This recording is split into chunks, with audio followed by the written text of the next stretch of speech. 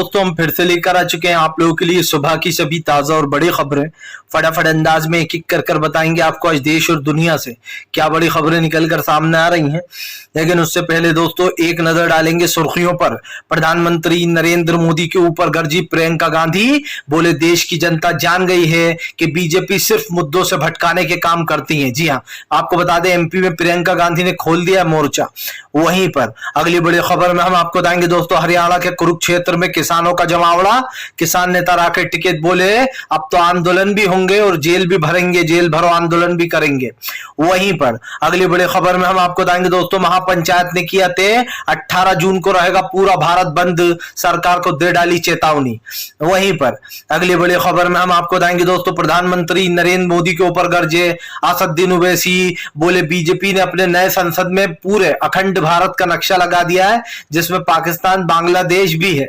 बताएंगे आखिरकार क्यों सेम अंकल से मोदी अंकल बोल दिया है ओवैसी ने। वहीं पर अगली बड़ी खबर में हम आपको बताएंगे, शुभेंदु अधिकारी के बयान पर भड़की ममता बनर्जी, बोले शुभेंदु अधिकारी और बीजेपी झूठ की चलती फिरती इमारत। वहीं पर अगली बड़ी खबर में हम आपको बताएंगे दोस्तों, विनेश फोगाट ने फिर से उठाए पीएम नरेंद्र मोदी की सरकार पर सवाल, बोले आखिरकार बृजभूषण को क्यों बचा रही है सरकार। आपको बता दें दरअसल बृजभूषण को बचाने की पूरी कोशिश में दिख रही है भारतीय जनता पार्टी। मुझे नहीं लगता कि 15 तारीख तक भी कोई इंसाफ होगा दोस्तों। वहीं पर अगली बड़ी खबर में हम आपको बताएंगे दोस्तों, दरअसल आपको बताते चले अमित शाह के ऊपर जमकर भड़के जो है यहाँ पर प्रमोद तिवारी, बोले 2G 3G 4G करते रहते हैं अमित शाह, कोई सबूत नहीं रहता उनके पास। वहीं पर अगली बड़ी खबर में हम आपको बताएंगे, राहुल गांधी ने की तारीफ, बोले कर्नाटक में जितने भी वादे किए थे हमने सारे किए पूरे, बीजेपी के को भी दिखाया राहुल गांधी ने आईना। वहीं पर दोस्तों महिला सशक्तिकरण के लिए जो है मुफ्त, आपको बता दें बस चलाने पर केजरीवाल ने कांग्रेस को दी नसीहत, बोले फिलहाल कांग्रेस इस देश की सबसे पुरानी पार्टी आम आदमी पार्टी से सीख रही है, कांग्रेस आपको देखकर ही जो है वादे पूरे करना सीखी है। बताएंगे क्यों ऐसा बोला है उन्होंने। वहीं पर अगली बड़ी खबर में हम आपको बताएंगे दोस्तों, स्मृति ईरानी ने जिस दैनिक भास्कर के विपिन यादव को दी थी धमकी दोस्तों, अब उसको नौकरी से निकाल दिया गया है। जी हाँ, न्यूज लॉन्ड्री ने किया बड़ा खुलासा। बताएंगे क्यों स्मृति ईरानी ट्रोल हो गई अब। तो सारी खबरें फटाफट अंदाज में देंगे, एक एक कर देंगे। फिलहाल दोस्तों बढ़ते हैं सबसे पहली और सबसे बड़ी खबर की ओर। दरअसल दोस्तों आपको बताते चले, प्रधानमंत्री नरेंद्र मोदी के ऊपर जमकर गरजते हुए नजर आए। जी हां, राहुल गांधी बोले देश में महंगाई, गरीबी, बेरोजगारी से जनता परेशान है। अब जनता समझ चुकी है कि उसके लिए कौन सी सरकार सही है और कौन सी गलत है। दरअसल आपको बताते चले दोस्तों, भारतीय जनता पार्टी के परखच्चे उड़ाते हुए राहुल गांधी ने बड़ा हमला बोल दिया। राहुल गांधी का कहना है कि देश में महंगाई, गरीबी और बेरोजगारी जैसी चीजों से बीजेपी भागती है। कर्नाटक में हमने जितने भी वादे किए थे वो सारे पूरे कर दिए। राहुल गांधी ने कहा कि एक और वादा पूरा हो गया। दरअसल आपको बता दें कल महिलाओं के लिए बस चालू की गई जिसमें अब महिला फ्री में पूरे कर्नाटक में फ्री सफर कर सकेंगी। जिसके बाद राहुल गांधी ने तारीफ करते हुए कहा कि कर्नाटक के जो मुख्यमंत्री सीएम है और जो उप मुख्यमंत्री डीके शिव कुमार है, ये दोनों मिलकर कर्नाटक में सारे वादे पूरे कर रहे हैं। राहुल गांधी ने तारीफ करते हुए कहा कि एक और गारंटी पूरी हो गई। लोग अब समझ चुके हैं कि बीजेपी सिर्फ धोखा देती है और हम जो वादे करते हैं वो पूरे भी करते हैं। राहुल गांधी ने कहा कि हम वही वादे करेंगे जो पूरे कर सकते हैं। आपको बताते चले दोस्तों, अब तक कांग्रेस ने जितने भी वादे किए, चाहे हिमाचल हो या फिर कर्नाटक हो, उन सारे वादों को पूरा किया जा रहा है। जिसके बाद राहुल गांधी ने बीजेपी को आईना दिखाने का काम किया। राहुल गांधी ने कहा कि कांग्रेस हमेशा अपने वादे पूरे करती है और बीजेपी सिर्फ महिला हो या देश की जनता उनके सपनों से खेलती है। राहुल गांधी ने कहा कि आज देश का किसान परेशान है, उसको एमएसपी की गारंटी नहीं दी जा रही है। प्रधानमंत्री कहते थे 2014 में कि हम देश की जो किसानों की आय है वो दोगुनी कर देंगे, लेकिन ऐसा कुछ नहीं हुआ। राहुल गांधी ने कहा कि क्या प्रधानमंत्री जवाब देंगे कि किसानों की जो दोगुनी आय का उन्होंने वादा किया था वो कब होने वाला है। आपको बता दें राहुल गांधी के इस बयान के बाद से ही बीजेपी पर लगातार राहुल हमलावर हो गए। चलिए बढ़ते हैं एक और और अगली बिग ब्रेकिंग की तरफ। बता दोस्तों अगली जो बड़ी खबर निकल कर आ रही है, असदुद्दीन ओवैसी का बीजेपी के ऊपर बड़ा हमला। प्रधानमंत्री नरेंद्र मोदी को घेरते हुए कहा कि बीजेपी को मुसलमानों से है नफरत। आपको बताते चले असदुद्दीन ओवैसी ने कहा कि जरा सी बस रोककर 3 मिनट किसी ने बस रुकवा दी उत्तर प्रदेश में, तो बेचारे जिस ड्राइवर ने बस रोकी थी उसको और कंडक्टर को जो है पोस्ट से ही हटा दिया गया। सिर्फ उन्हें 3 मिनट नमाज पढ़ना थी 2 मुस्लिम व्यक्तियों को, और वो बेचारे दोस्तों ड्राइवर और कंडक्टर अच्छे थे, उन्होंने रोक दी तो उनको नौकरी से ही निकाल दिया गया उत्तर प्रदेश प्रशासन द्वारा। जिसके बाद ओवैसी भड़के। ओवैसी ने कहा कि अगर तुम ये मानते हो कि तुम लोग मुसलमानों से नफरत करते हो, उन्हें नमाज नहीं पढ़ने देना चाहते, तुम हमारी बच्चियों से जलते हो, उन्हें हिजाब नहीं पहनने देना चाहते, कर्नाटक में तुमने हिजाब बैन कराया, जानबूझकर तुमने हिंदू मुसलमान वाला जो है माहौल खड़ा किया ताकि उससे तुम्हें चुनावी फायदा हो, लेकिन कर्नाटक में बुरी तरीके से चुनाव हार गए। ओवैसी ने कहा कि फिलहाल अभी मैंने हाल ही में देखा है कि इन लोगों ने संसद में एक बहुत बड़ा जो है तस्वीर लगा रखी है, उसमें इन्होंने जो है यहाँ पर आप समझिए दोस्तों उस तस्वीर में अखंड भारत दिखाया गया है, यानी कि पाकिस्तान भी, बांग्लादेश भी और जितने भी दोस्तों अफगानिस्तान भी, जितनी भी जगह है तालिबान भी, उनको जो है अपने एक नक्शे में ले लिया गया।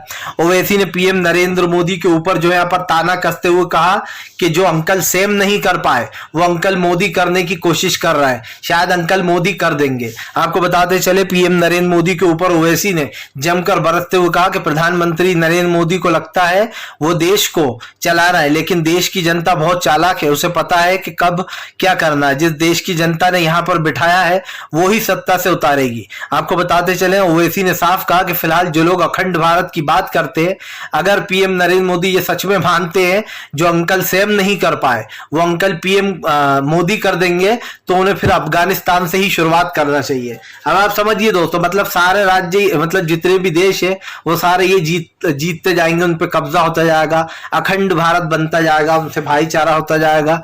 तो भाई इसकी शुरुआत उन्होंने अफगानिस्तान से करने को बोल दिया है जो है यहाँ पर ओवैसी ने। ओवैसी यही नहीं रुके, असदुद्दीन ओवैसी ने कहा कि फिलहाल जितनी भी चीजें होती हैं इन सब मुसलमानों के खिलाफ की जाती हैं, कभी धर्मांतर ले आते हैं तो कभी लव जिहाद ले आते। इनका एक नया डिप्टी सीएम है जो कि आजकल लव जिहाद करता फिर रहा है, यानी कि दोस्तों देवेंद्र फडणवीस। चलिए बढ़ते हैं एक और अगली बिग ब्रेकिंग की तरफ।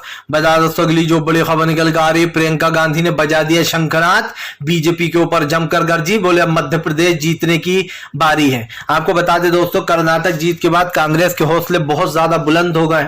कांग्रेस अपनी पूरा 100% दे रही है, और सच बताया जाए तो कांग्रेस ऐसा लग ही नहीं रहा कि पुरानी कांग्रेस है। जिस तरीके से कांग्रेस मेहनत करती है रही है दोस्तों, खास करके जिस तरीके से हिमाचल में जीत हुई थी उसके बाद से तो कुछ ज्यादा ही मेहनत हो रही है। और इसकी शुरुआत राहुल गांधी ने की थी।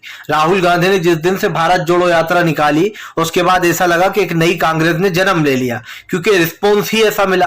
जिस राहुल गांधी को लोगों ने पप्पू बना रखा था बीजेपी ने, उस राहुल गांधी ने महज 3 महीने में अपनी छवि बदल डाली।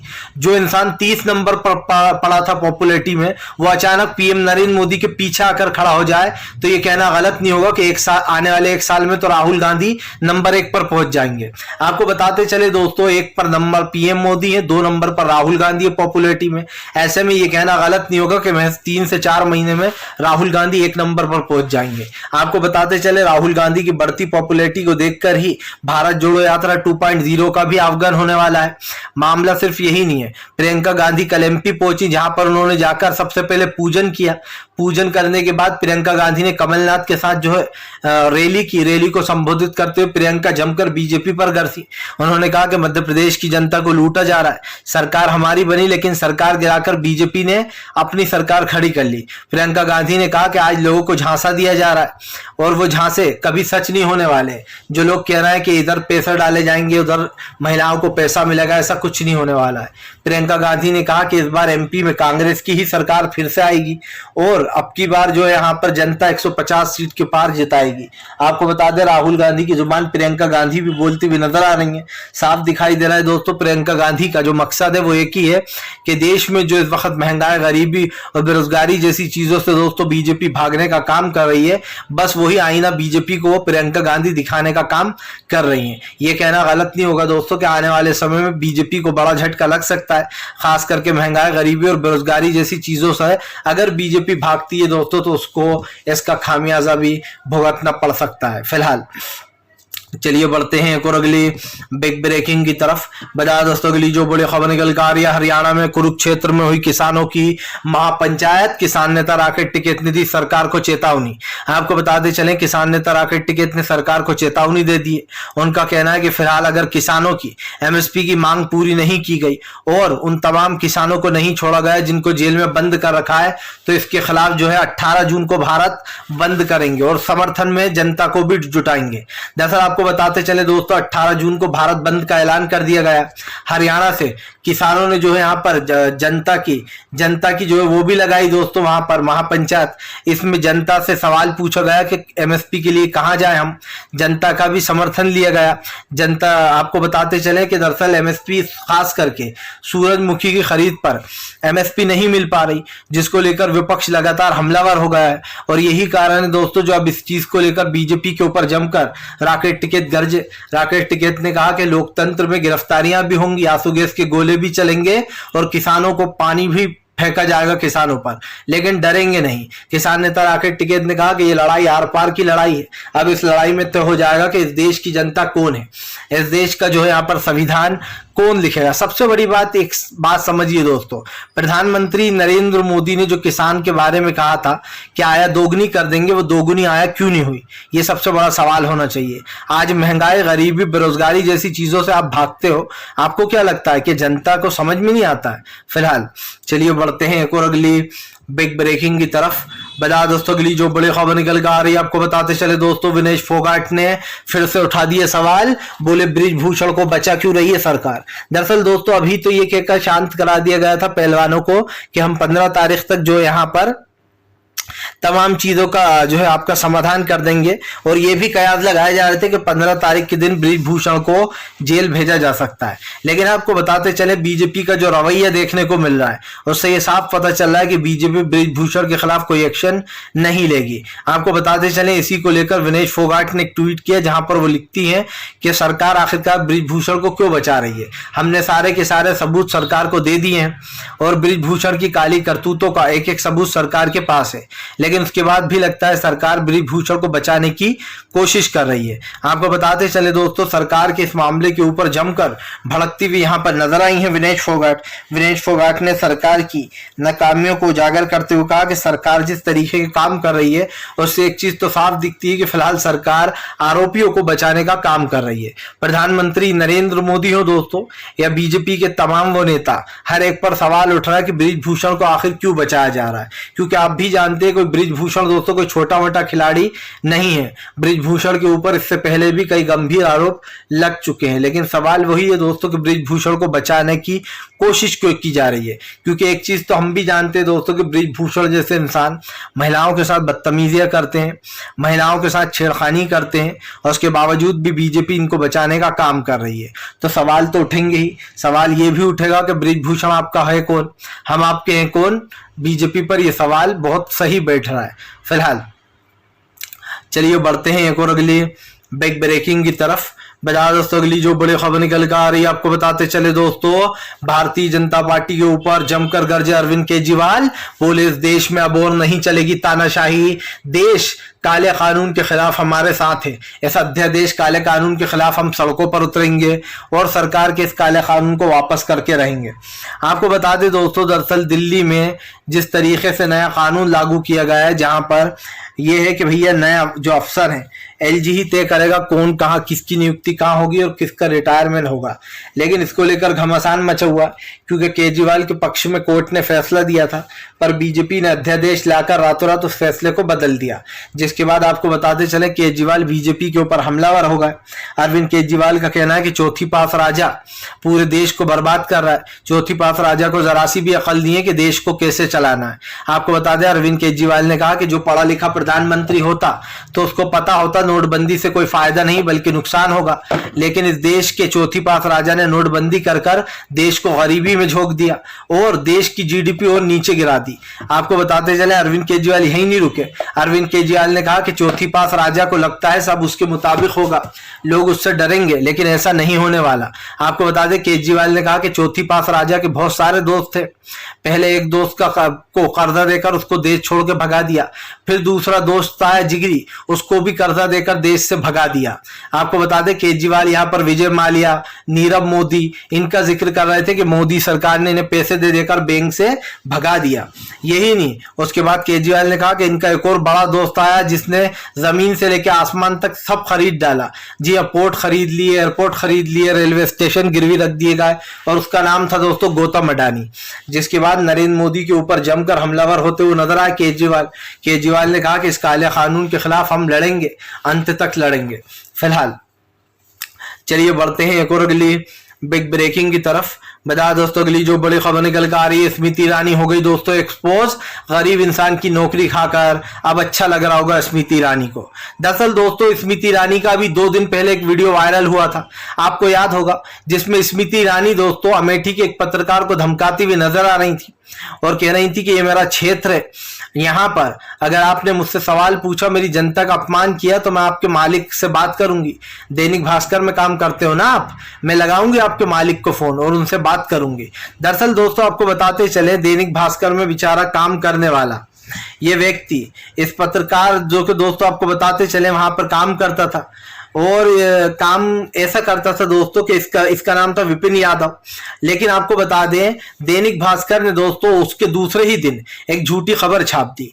दैनिक भास्कर ने कहा कि इस नाम का, विपिन यादव नाम का हमारा कोई पत्रकार नहीं है, जबकि दोस्तों न्यूज लॉन्ड्री ने पोल खोल दिए। न्यूज लॉन्ड्री ने पता लगाया कि विपिन यादव नाम का पत्रकार था, जिसको जो है दोस्तों जो है दैनिक भास्कर ने नौकरी से निकाल दिया है। आपको बता दें स्मृति ईरानी के कहने पर यह हुआ है दोस्तों, क्योंकि स्मृति ईरानी उस दिन उस बेचारे पत्रकार को धमका रही थी, जिसके बाद कांग्रेस ने तंज भी कसा था और कहा था कि शायद स्मृति ईरानी से पत्रकार ने पूछ लिया होगा कि 13 रुपए किलो चीनी कब मिलेगी, मोदी को आए हुए तो 9 साल होगा, लेकिन 13 रुपए किलो चीनी नहीं मिल रही है।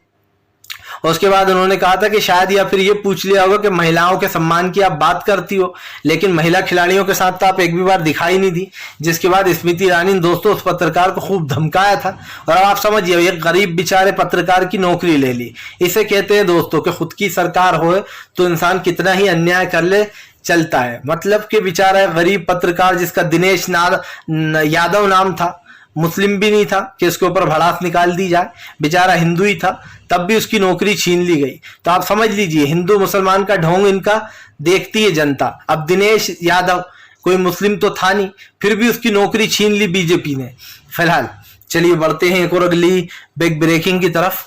बता दोस्तों अगली जो बड़ी खबर निकल कर आ रही है, आपको बताते चले दोस्तों, भारतीय जनता पार्टी के ऊपर जमकर गरजते हुए नजर आए प्रमोद तिवारी। बोले गृह मंत्री अमित शाह कुछ भी बोलते हैं, उनके पास कोई सबूत नहीं होता है। आपको बताते चले दोस्तों, प्रमोद तिवारी ने बीजेपी के ऊपर निशाना साधते हुए कहा कि फिलहाल देश में करप्शन फैलता जा रहा है और इसको बढ़ावा देने वाली बीजेपी है।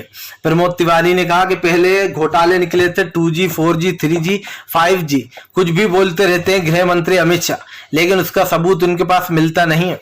लेकिन बीजेपी जो घोटाले कर रही है दोस्तों, उसके सबूत तो जनता के पास है। जनता खुद देख रही है कर्नाटक में कैसे 40% की सरकार चल रही थी, जनता ने मुंहतोड़ जवाब देकर कर्नाटक से उठा के बाहर फेंक दिया। यही नहीं दोस्तों, अगला नंबर मध्य प्रदेश का भी आ रहा है। लोग कह रहे हैं कि मध्य प्रदेश में भी यही चल रहा है, यहाँ पर भी जो है यहाँ पर महंगाई, गरीबी और बेरोजगारी जैसी चीजों को बढ़ावा दिया जा रहा है। आपको बताते चले दोस्तों, महंगाई, गरीबी और बेरोजगारी जैसे मुद्दों को लेकर अब लगातार सरकार के ऊपर हमलावर भी हैं लोग। बताया जा रहा है कि फिलहाल ये मामला काफी लंबा जा रहा है।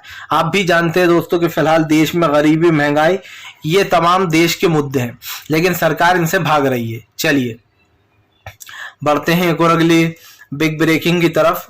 बता दोस्तों अगली जो बड़ी खबर निकल कर आ रही है, आपको बताते चले दोस्तों, प्रधानमंत्री नरेंद्र मोदी के ऊपर अखिलेश यादव का बड़ा हमला।